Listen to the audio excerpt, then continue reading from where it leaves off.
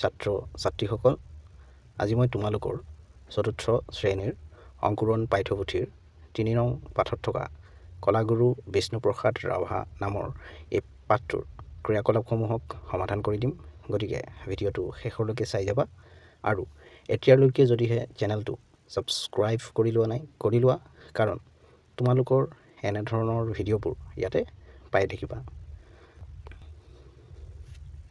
প্ৰথম ক্ৰিয়াকলাপটো দিয়া আছে যে পাঠটো স্পষ্ট আৰু শুদ্ধ উচ্চাৰণেৰে পঢ়া আৰু তলৰ প্ৰশ্নসমূহৰ উত্তৰ দিয়া। তো তোমালোকে কি কৰিবা, পাঠটো স্পষ্ট আৰু শুদ্ধ উচ্চাৰণেৰে পঢ়িবা আৰু মই ইয়াৰ উত্তৰসমূহ কৰি দিম, এতিয়া কৰি ল'বা। কয়টোত সুধিছে যে বিলতে হালিছে ধুনীয়া পদুমী গীতটি কোনে ৰচনা কৰিছিল। ইয়াৰ উত্তৰ তোমালোকে লিখিবা যে বিলতে হালিছে ধুনীয়া পদুমী গীতটি কলাগুৰু বিষ্ণুপ্ৰসাদ ৰাভাই ৰচনা কৰিছিল। বিষ্ণুপ্ৰসাদ ৰাভাই স্কুলীয়া শিক্ষাৰ লগে লগে কি শিক্ষা লৈছিল। ইয়াৰ উত্তৰ তোমালোকে লিখিবা যে বিষ্ণুপ্ৰসাদ ৰাভাই স্কুলীয়া শিক্ষাৰ লগে লগে সংগীতৰ শিক্ষাও লৈছিল।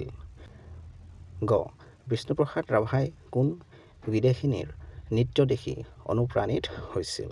ইয়াৰ উত্তৰ তোমালোকে লিখিবা যে ৰাছিয়াৰ বিখ্যাত নৃত্য পটিয়সী আনা পাভলোভাৰ নৃত্য দেখি বিষ্ণুপ্ৰসাদ ৰাভা বিশেষভাৱে অনুপ্ৰাণিত হৈছিল। কি বাদ্যযন্ত্ৰৰ বিষয়ে বিষ্ণুপ্ৰসাদ ৰাভাই বিজ্ঞানসন্মত চৰ্চা কৰিছিল। ইয়াৰ উত্তৰ তোমালোকে লিখিবা যে অসমৰ বিভিন্ন বাদ্যযন্ত্ৰ যেনে ঢোল, খোল, তাল, পেঁপা, টকা, কালি, টোকাৰী আদিৰ বিষয়ে বিষ্ণুপ্ৰসাদ ৰাভাই বিজ্ঞানসন্মত চৰ্চা কৰিছিল। বিষ্ণুপ্ৰসাদ ৰাভাই অঁকা উল্লেখযোগ্য ছবিকেইখন কি কি। ইয়াৰ উত্তৰ তোমালোকে লিখিবা যে বিষ্ণুপ্ৰসাদ ৰাভাই অঁকা উল্লেখযোগ্য ছবিকেইখন হ'ল শ্ৰীমন্ত শংকৰদেৱৰ চিত্ৰ আৰু বাঁহী আলোচনীৰ বেটুপাতৰ বাবে অঁকা ৭খলপীয়া সিংহাসনৰ ছবি উল্লেখযোগ্য। প্ৰথম বিষ্ণুপ্ৰসাদ ৰাভাৰ মৃত্যুৰ দিনটো কি দিৱস হিচাপে পালন হয়। ইয়াত পালন কৰা হয় এনেকৈ দিব লাগিছিল প্ৰশ্নটো। তো তোমালোকে ইয়াৰ উত্তৰত লিখিবা যে বিষ্ণুপ্ৰসাদ ৰাভাৰ মৃত্যুৰ দিনটো বিষ্ণু ৰাভা দিৱস হিচাপে পালন কৰাটো দিবা, ইয়াতে কৰা হয়। তো ইয়াতে কৰাটো লিখিবলৈ থাকি গ'ল মোৰ, তোমালোকে ইয়াতে লিখি দিবা যে বিষ্ণুপ্ৰসাদ ৰাভাৰ মৃত্যুৰ দিনটো বিষ্ণু ৰাভা দিৱস হিচাপে পালন কৰা হয়। দ্বিতীয় তেজপুৰত থকা সাংস্কৃতিক মঞ্চখনৰ নাম কি। ইয়াৰ উত্তৰ তোমালোকে লিখিবা যে তেজপুৰত থকা সাংস্কৃতিক মঞ্চখনৰ নাম হ'ল ওৱান থিয়েটাৰ। তাৰ পাছৰ ক্ৰিয়াকলাপটো দিয়া আছিল যে শব্দবোৰৰ অৰ্থ শব্দ সম্ভাৰৰ পৰা বিচাৰি লিখা। শব্দবোৰ দিয়া আছিল, আমি অৰ্থবোৰ শব্দ সম্ভাৰৰ পৰা বিচাৰি উলিয়াই লিখিব লাগিছিল। ইপিনে শব্দ দিয়া আছে, ইপিনে আমি অৰ্থবোৰ লিখিব লাগে।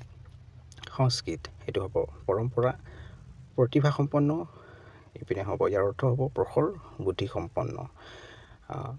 অনুপ্ৰাণিত, উৎসাহিত, সুনিপুণ, পাৰ্গত, সুদক্ষ, অভিজ্ঞতা সম্পন্ন, ৰচক, ৰচনাকাৰী, তীক্ষ্ণ, চোকা, ভয়সী, অতিশয়, তেনেদৰে। তাৰ পাছৰ ক্ৰিয়াকলাপটো দিয়া আছিল যে কাশী হিন্দু বিশ্ববিদ্যালয়ত বিষ্ণুপ্ৰসাদ ৰাভাই নচা ৩টা নৃত্যৰ নাম। তো তোমালোকে ইয়াৰ উত্তৰত লিখিবা যে কাশী হিন্দু বিশ্ববিদ্যালয়ত বিষ্ণুপ্ৰসাদ ৰাভাই নচা 3টা নৃত্যৰ নাম শিৱৰ তাণ্ডৱ নৃত্য, ওজাপালি নৃত্য আৰু খালিয়া দমন নৃত্য।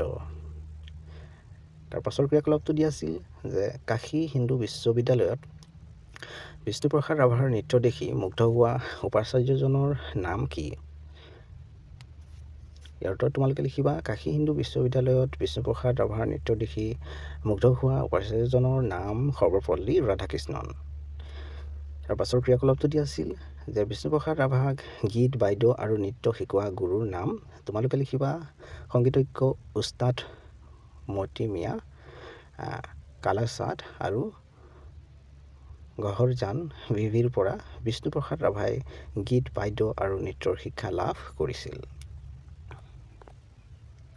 তাৰ পাছৰ ক্ৰিয়াকলাপটো দিয়া আছিল যে শব্দ গঠন কৰোঁ আহা। ইয়াতে এটা কৰি দিছিল যেনেকৈ নিপুণ, ইয়াত সু এইটো যোগ দি পেলাই কি হ'ল সুনিপুণ, ইয়াতে কৰি দিছে। তো ঠিক তেনেদৰে আমি এইবোৰ লিখিব লাগিছিল, মই ইয়াতে লিখি দিছোঁ। একেবাৰে সহজ, তোমালোকে চেষ্টা কৰিলে পাৰিবা।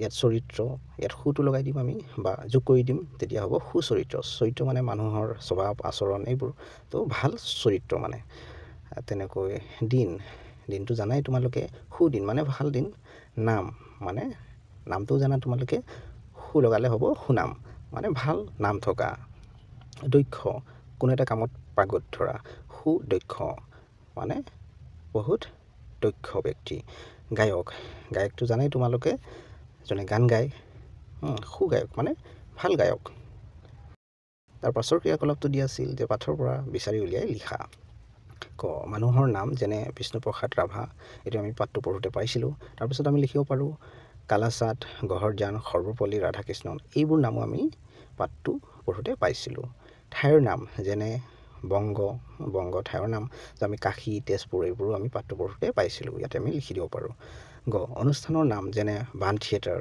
আমি লিখিব পাৰোঁ আৰু শান্তি নিকেতন এইটো আমি পাঠটো পঢ়োঁতে পাইছিলোঁ ভাষাৰ নাম যেনে অসমীয়া তো আমি লিখিব পাৰোঁ বাংলা হিন্দী ইংৰাজী ৰাভা বড়ো এইবোৰো পাঠটোত উল্লেখ আছিল এই ভাষাবোৰৰ নাম বাদ্যযন্ত্ৰৰ নাম যেনে ঢোল ইয়াতে আমি লিখিব পাৰোঁ খোল তাল পেঁপা টকা ইত্যাদি এইবোৰ আমি পাঠটো পঢ়োঁতে বা পাঠটোত বিচাৰিলে আমি পাম প্ৰথম কৰ্ম বা বৃত্তিৰ নাম যেনে গীতিকাৰ ইয়াত আমি লিখিব পাৰোঁ নাট্যকাৰ সুৰকাৰ অভিনেতা খেলুৱৈ আদি তো তোমালোকে মই যেনেদৰে ইয়াতে লিখি দিছোঁ তেনেকৈ লিখি ল'বা তাৰ পাছৰ ক্ৰিয়াকলাপটো দিয়া আছিল যে তলৰ বাক্যবোৰত থকা বিশেষ্য পদৰ তলত আস্থানি দেখুওৱা